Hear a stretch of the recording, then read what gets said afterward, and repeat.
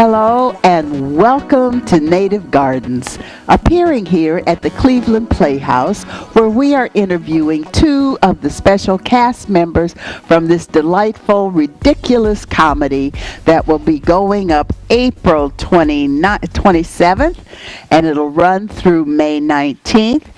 And we have Natalie Camunus and Greyson DeJesus with us today. And this play is being directed by Robert Barry Fleming, and this is another way to put it, it's his swan song, because he is off to the let me make sure now, the Actors Theater of Louisville as the artistic director. So this is his last production here at the venerable Cleveland Playhouse, where we are now meeting Natalie Camunus and Greyson DeJesus. And Native Gardens is a fun play. And tell us a little bit about it, Natalie, about your character. Who are you in the play? Yeah, I think Native Gardens is a very fun play, but it's also a very deep play because on the surface, it is about, these feuding neighbors and over kind of this garden dispute. But actually, there's so much more at play there about compromise and about existing in close proximity to other humans who might be very different from you, and also working to find connections as opposed to what makes us different. Diversity, that people being exclusive instead of inclusive. Sure. Yes. Yeah. So my character, I play Tania del Valle. I am a young PhD student. I'm pregnant.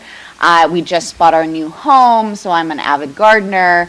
And so I think I do my best to approach any type of conflict with a lot of compassion and empathy. At least I tried to. You tried to. Yeah. Now, is that your style when you run into your neighbors and the garden situation? Yeah, it's a little different. I play Pablo del Valle, who's a smart and savvy young lawyer. He's an immigrant from Chile. Comes from a wealthy background, but was disinherited for love because his family was really rather rude about his match, his true love. So yeah, is that a little Romeo and Juliet kind of yes, thing? a little bit of a past there going on. But you have this man who I think he has a lot to prove, and he's working at a law firm in D.C. So he's very ambitious. His first thought is to make partner. And while he very much is excited about his neighbors, because he's very excited about living in this new neighborhood and climbing up in the world, ambition is a big part of Pablo's life and Tania's life. Once push comes to shove, because he's a lawyer, he kind of removes, he puts compassion as much as he can, but once the debate has begun, unlike Tania, he's a little bit more clean-cut about the facts, the laws, the rules, and he's got some teeth that he's willing to show, and he's not going to be worried about hurting people's feelings because of his ambitious, cookie-cutter frame of mind. He's kind of going to go for the gold and not spare anyone's feelings. And this play, granted on the surface, it's a comedy, but it does address some serious issues.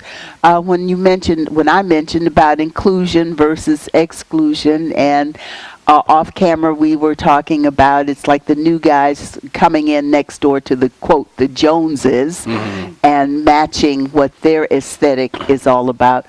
Who else is in the cast? They're playing the other couple? We have Charlotte Mayer and Wynn Harmon are playing Frank and Virginia Butley. The wonderful, hilarious actors. Have really been around the block. Worked at the best theaters in the United States. Yeah. Including now the Cleveland Including the Cleveland Playhouse, yeah. Well, we are one of the top theaters. And Cleveland, I don't know whether you've gotten around enough to know that we are a top theater market. We're only second to New York when it comes to a theater district and the quality of plays. And we also work with another famous institution. I hope you get to see it while you're here, called Caramoo. And it is... It was founded in 1915, like the Cleveland Playhouse, and it is the longest running it's a theater of diversity, but devoted a lot to folks of color. But it is all inclusive. So check out Karamu while you're here. Okay, yeah. And so while you're also here and in rehearsal and dealing with these conflicts, does the play work out without revealing too much in hope, happiness, and excitement, or does it kind of take a dark turn? Well, we don't want to give it away. Right, But don't one give thing I too- will point out is that what's so interesting about Karen Zacharias and the way she writes is you have this conflict about this backyard property dispute. Yes. And it's, and the high stakes of it is a law firm backyard party and a gardening competition. So on the surface, you've got these light things, but what's going on is the way she writes her characters, they are so deep with their own character background, and there's so many human elements that come based on where they grew up, how they grew up, culture, class, race, but Feminism, all that, ageism, sexism, all that. But what you're really dealing with, that I will say is kind of a positive that is throughout, beginning, middle, and end, is that the four people are all good people. So you have good people in really difficult situations.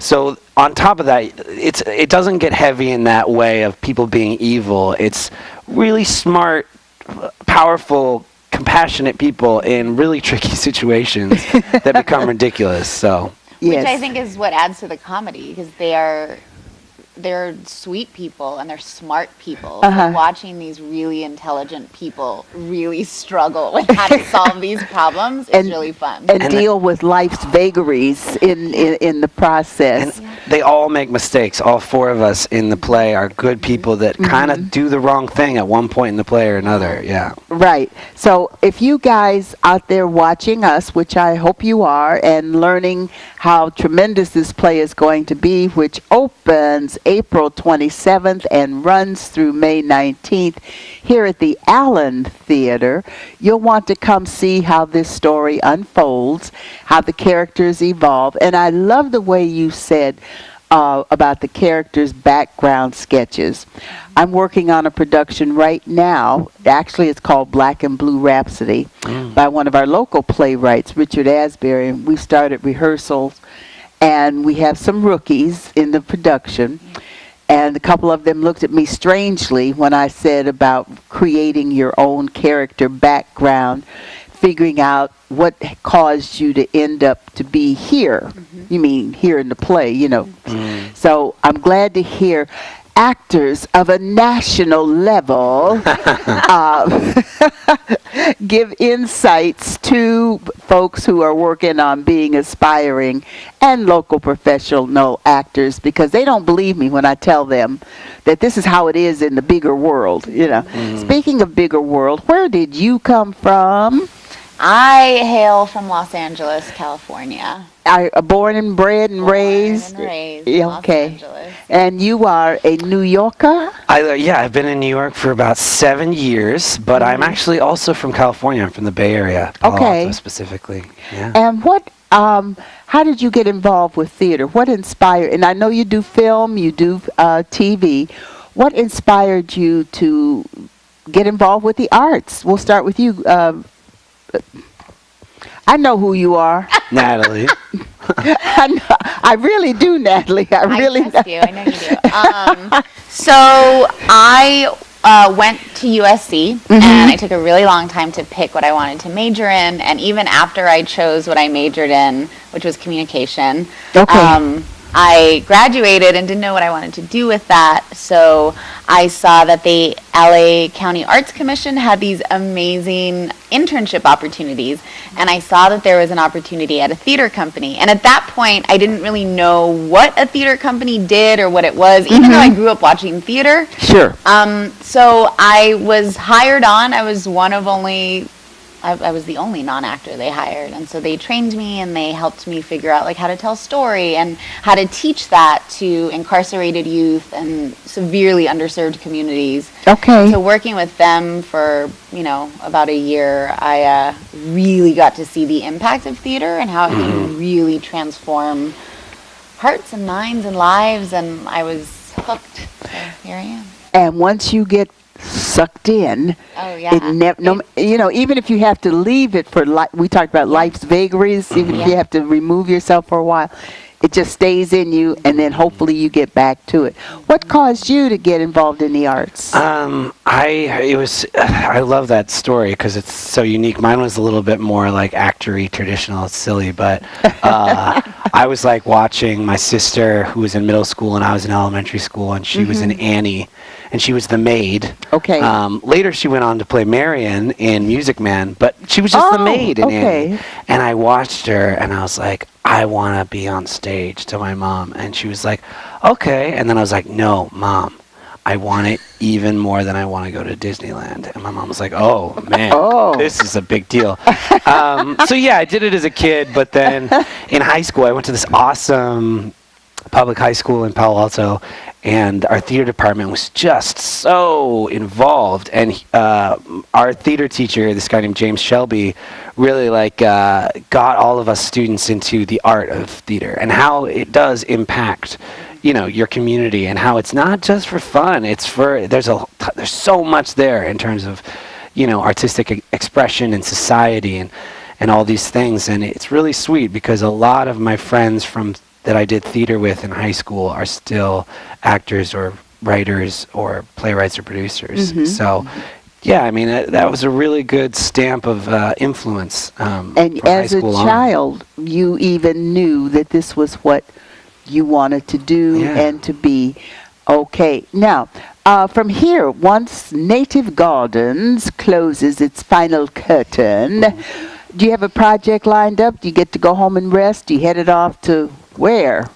I head back to Los Angeles. I do get to rest for a little bit, but I'm a lead collaborator on a project called PANG, which is all about food insecurity across America. And so we did a series of oral histories with 3 separate families and turned that into a theater production, and then morphed that into a podcast. So that podcast launches in June.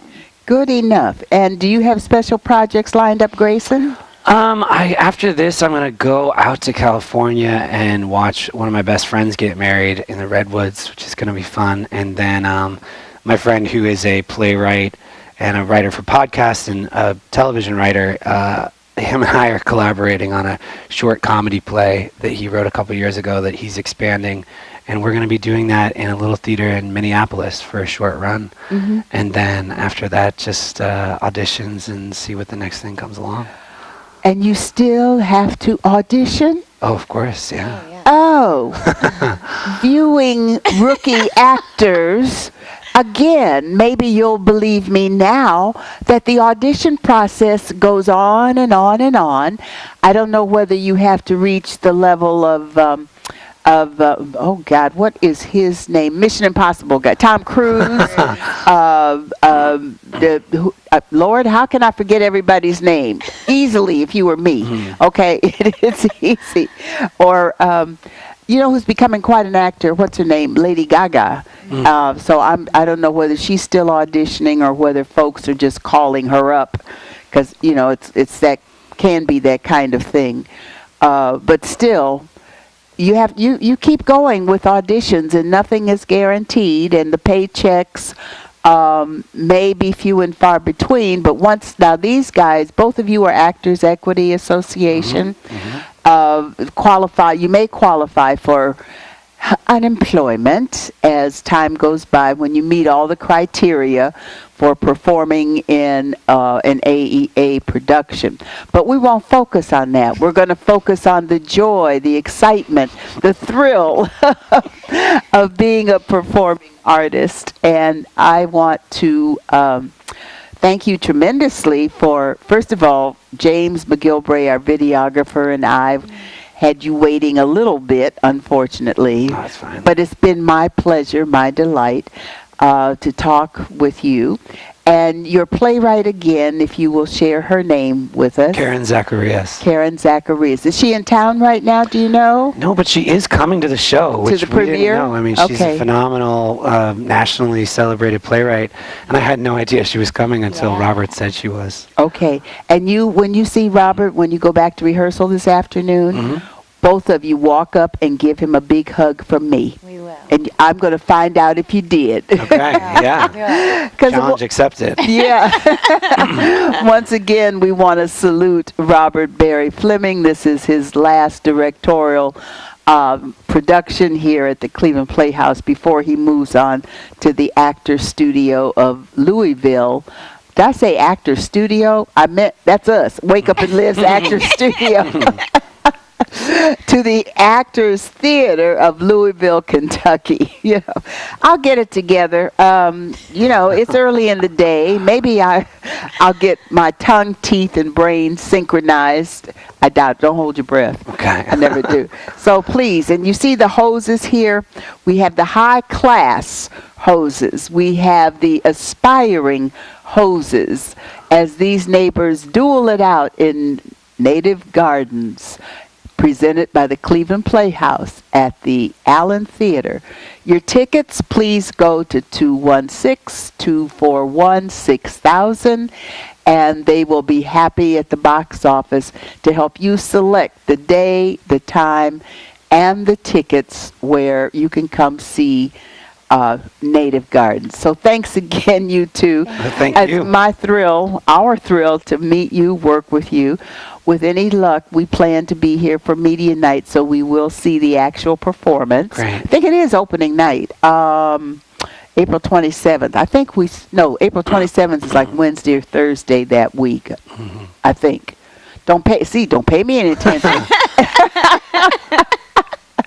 I told you, whatever comes up and out, this is it. We're a one-take wonder.